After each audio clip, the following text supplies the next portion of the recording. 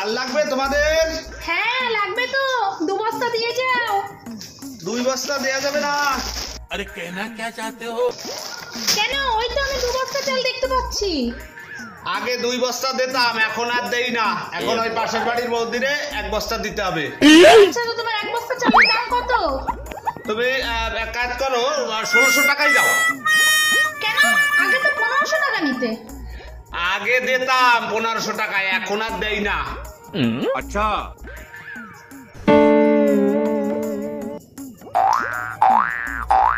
ও বৌদি টাকাটা দাও।